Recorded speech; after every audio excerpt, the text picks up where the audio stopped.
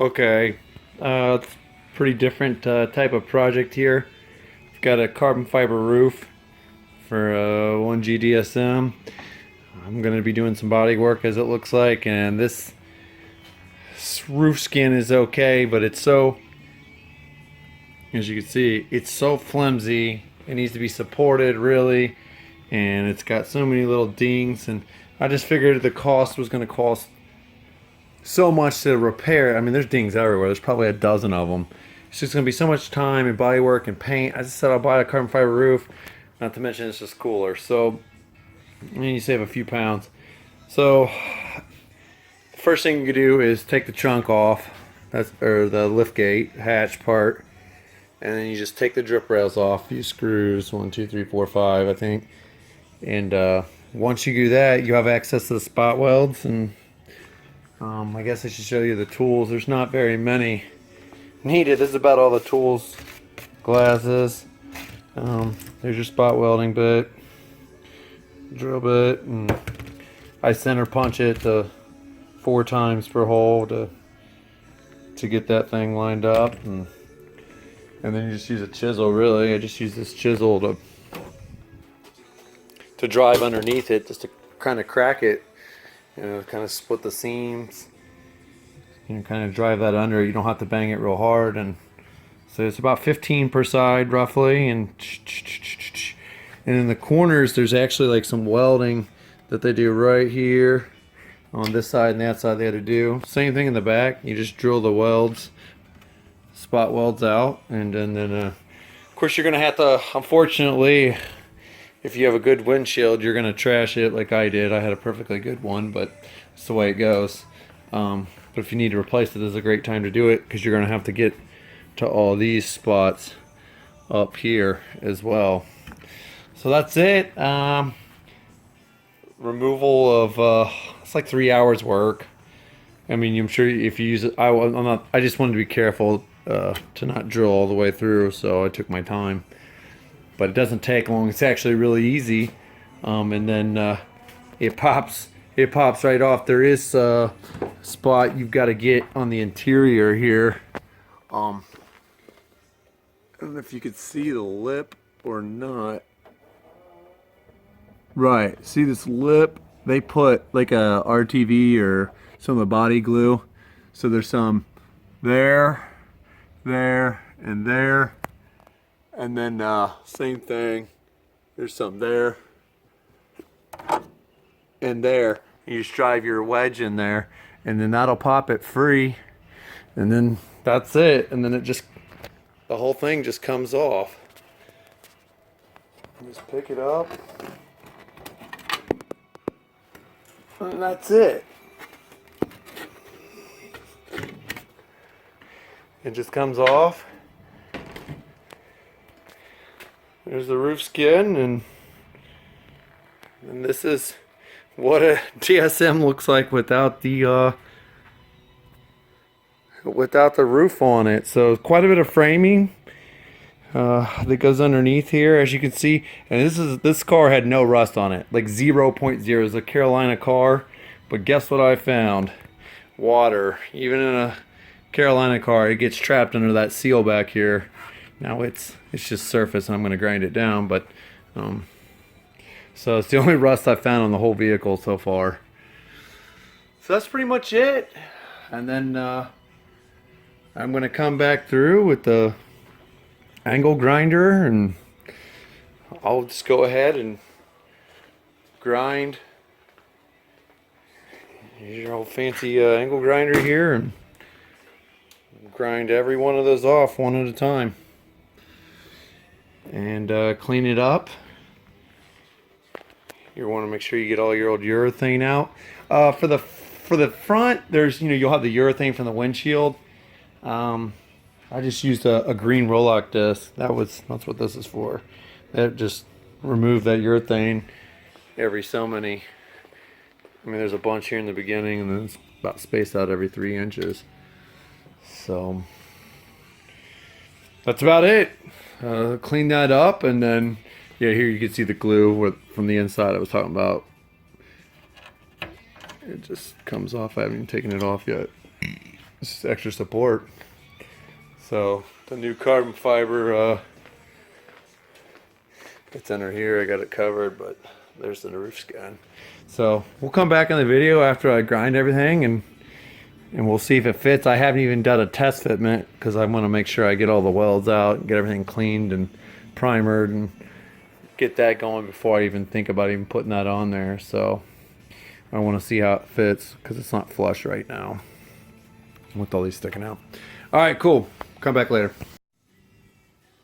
Okay, I'm back. I went ahead and ground all the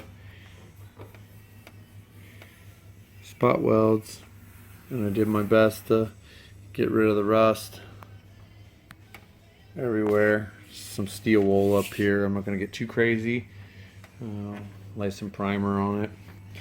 That's pretty much the only thing next to do is there's probably a few I punched through too far,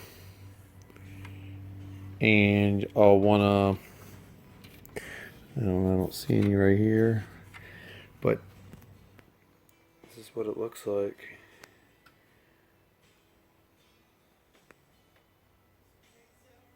Just ground them flush.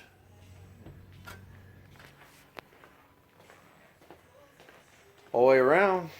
I laid blankets, like, you know, a bed sheet blanket, you know, across here, and one in each section of the car to try to keep as much dirt out. I've already cleaned it, obviously. This thing was it's a dirty job. It's super messy. So be prepared for the vacuum cleaner because it makes a big mess. Okay, one thing I've noticed doing this job is definitely a little dangerous for the body. You're grinding and leaning, and so if you have a car that's already like the body work is done and it's in good shape, you would probably want to take some extra precaution and probably put tape in areas to protect it and just be very, very careful. I mean, I still have to paint the car, so I don't care if I get a little scratch or something.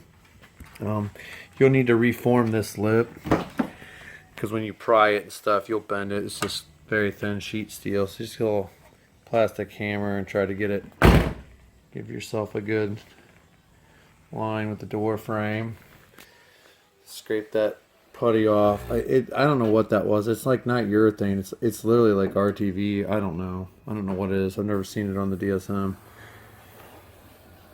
And then just grinded all those. So at this point, you just go down to, like, there's a line. There's a hard line, and that's where I think it begins. So at this point, it's probably time to go ahead and test fit the aftermarket hood. It's clean, so I can see how it sits, and then we'll check that. And I'll come back when I got it on there. Okay, I threw it on. I spent a few minutes before I turned the video on just checking it out. This is a Carbonetics. I'd already done a hatch. Put the factory spoiler on it. There's all your mounts for the spoiler. OEM glass, trim. I knew the fitment. There's all your top trim. I knew the fitment, and their craftsmanship was very, very precise. It was very good. That alleviated my concerns of the fitment of the roof, because kind of, I don't want to say you destroy the car, but you took a chance by cutting this thing off if it didn't line up. And again, their work is impeccable. I mean, it's got a nice line right there. I mean, it's just going to sit on a bead of urethane. We're going to glue it in there, but you can see how well it, I mean, it's a beautiful piece. I mean,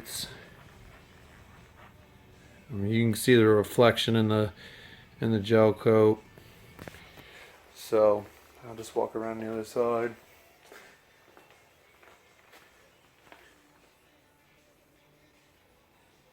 Yeah, just to show you, like, that's all it's going down, just barely pinch, which I would think that's perfectly normal. Same thing, follows the body line well.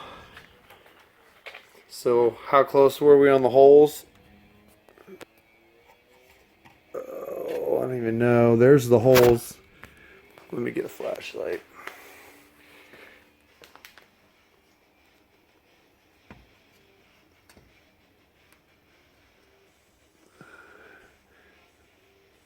Like I said, it lines up. I'll probably have to enlarge them a little bit, but that's to be expected. Look at those. Those 3 are dead nuts. And then, yeah.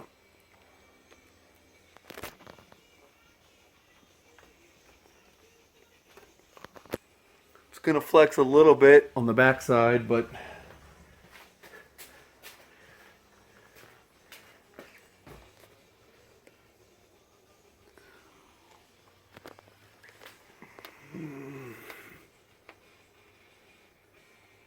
those are pretty sweet. Beautiful piece. That's why I wasn't nervous at all, because of how well of a job they did on the hatch. Super comfortable in this. So at this point, what I will do is I'm going to pull the panel back off, and then I'm going to primer everywhere and there, and then I'm going to go ahead and paint my jams. I don't want this car to be white anymore. I want to paint the jam black, and then what we'll do is use a special 3M primer. I'll just get that out. Primer, 3M single step. Is there a part number on this thing? There it is. And I'll put that everywhere. Now I'm not going to put primer. Hold on, I need to be very specific here. Like regular paint primer, I'm going to do the areas where it's not going to be urethane, because that's not a urethane type of acrylic. It's an acrylic, you know, spray bomb. I just wanted to do this so I don't, you know, get any rust. But I'll leave that. So I'll tape off the section we're going to actually glue down, and we'll put this primer in the actual spot we're going to glue, because that's what it's made for. It's that's really kind of part of the equation. And then just your boring old window weld, part number, put it in a normal gun. And because of the tight tolerance, I'll probably maybe only put like a 1/2 inch tall bead. It doesn't need much because it's pretty tight. Maybe a little more in the back. But this car doesn't get driven in the rain. But regardless, it cannot leak. It's still a street car. It cannot leak water, and I don't want the rust. So that's pretty much it. Yeah, it doesn't even really move. I mean, there's not even. That's it. That's like the only variance of play. It can't even go forward or back. Like, it's in its spot. That's all there is. You can't even move the back. So there's just a little bit of slop in the front, which is fine. So that's it. And then I'll come back with a video showing what I primered and painted and kind of go over that again. But that's it.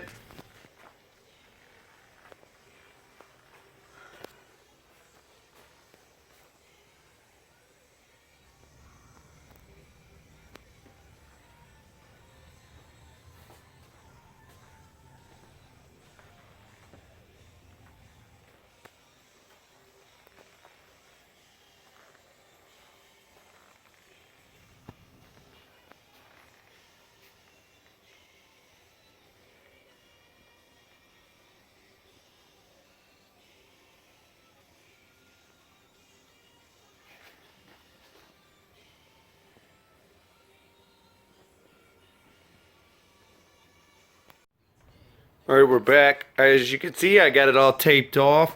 I just want to clarify what we're going to do. So I've taped off where I don't want that bare metal with that acrylic primer. So you can see that bead all the way around. So it'll be quick. This will just be spray bomb primer because I just don't want it to rust anymore. Spray bomb primer. This is factory paint, so I don't need to do anything. I already wet sanded a little bit. This will go straight to gloss black, so it looks nice. And then we'll peel it off, and that'll be pretty much it. But yeah, I spent quite a bit of time just masking the whole car off. I don't want my interior's good. I don't want it to get destroyed. So, okay. All right, we're back. Went ahead and painted. last I showed you was taped off, so I just nice gloss black on the inside there, and then again just rattle can primer around the frame just to keep it from rusting. And then, like I said, we were going to keep this part bare because we're going to run a urethane primer along that. So that's pretty much the next step. We slotted. There's a few little holes for some clips and stuff we had to trim. No big deal. And that's about it. It's pretty much just wait. I just let it dry all day, and we're going to lay a bead on there. Pretty simple. Put the primer on with the dauber, and that'll be it. And then we'll glue the roof on, and we've got some clamps. I'll bring a video back up when we got it all clamped down. So, all right. Okay, I put my bead on. So just to kind of give you an idea of the bead, you kind of look at the height when we laid the piece on. We just kind of judged, like some areas were tighter, like this side was super tight, so we went pretty thin. Again, the front was real tight. Kind of gives you an idea of depth. And then this one back corner over here was a little gappy, so you can see we've got a little fatter. That's about it. And we're just time to lay it on. Primered it all. So we'll get some video after we're done here. Okay, as we went to line it up and put it on, quickly noticed that the skin had a small difference in the seating in these back corners. It would have been smartest to trace it beforehand, but we didn't. It's too late. The bead is down, so our only real problem area was just this corner and that rear corner. So we just put it on the piece. Then we don't have to worry about it. So, all right, now we're going to stick it back on. All right, success. The project is officially done. We got it down. You can see it, and got a butt ton of clamps. So basically, we started in the back with our bolts where the hatch. This is where the hatch works through, so we use that to our advantage to pull the back tight. A couple C clamps there, and then we just worked our way forward, slowly squishing it out. Pushing down, and then you apply reverse force on these. Spread them that way apart, pull them as hard as you can. That squishes it out, and that's it. Well, I'll give the urethane 48 hours. 24 is probably all you need, but I'm in no hurry. I'll let it set for a day or two, and that's it. It's done. It's permanent now. When it's done and dry and I get the headliner back in, I get a few more video seconds of that. Okay, we're back. It's dry. Everything looked good.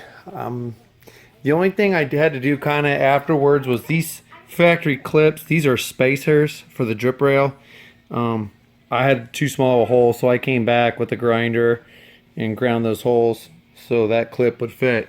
I already put the driver's side drip rail on, so it's perfect. I haven't done this side, but I don't know why one would fit and the other wouldn't. We had good sealing everywhere because the back of the flange here is this section's pretty wide. We put a bead in the middle, so it didn't quite squeeze out everywhere. So what I did was I went ahead and put a one pass of RTV on the back ledge. That way we can't get any capillary effect of water trying to get drawn up in the crack or sitting there. That's about it. I just filled those up with RTV, and then that's about it. So it's ready to put the windshield back in. That'll be the next project. We'll put the windshield in and see how everything lines up with that, and then we'll put the hatch on as well. So this project's just about finished. We just got to do those two things. If you're curious to what the interior looked like, not much to write home about. It's just,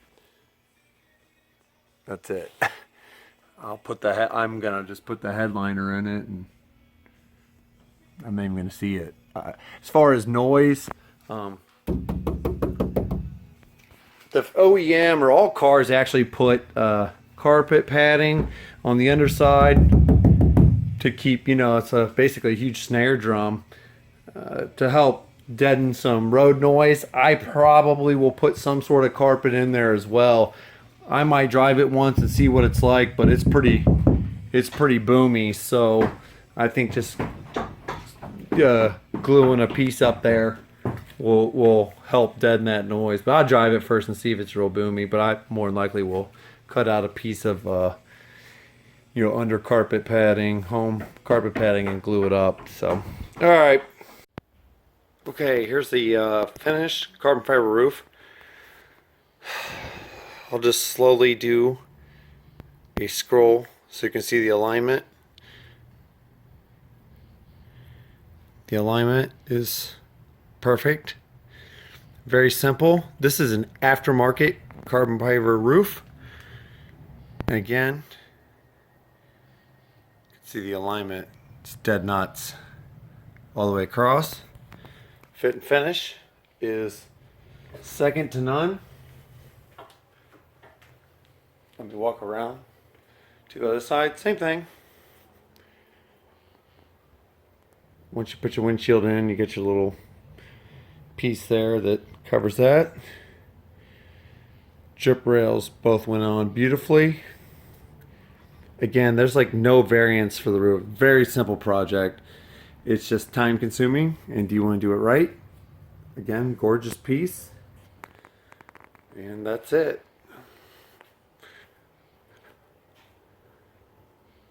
There's the hatch and that. And then if you even want to go one further, I got the carbon fiber cow piece too. Again, look at your gap. Had to take some time, make sure I got the holes drilled perfectly, but very simple piece. Nice, complete. I've driven the car. Not any wind sound or anything like that. Was able to get the roof in there. You ain't gonna be able to see it in this picture, but it's it's OEM carpet roof. A little carpet on the inside. Keep it nice and quiet. That's it. Successful. Thank you, Carbonetics, for a great piece.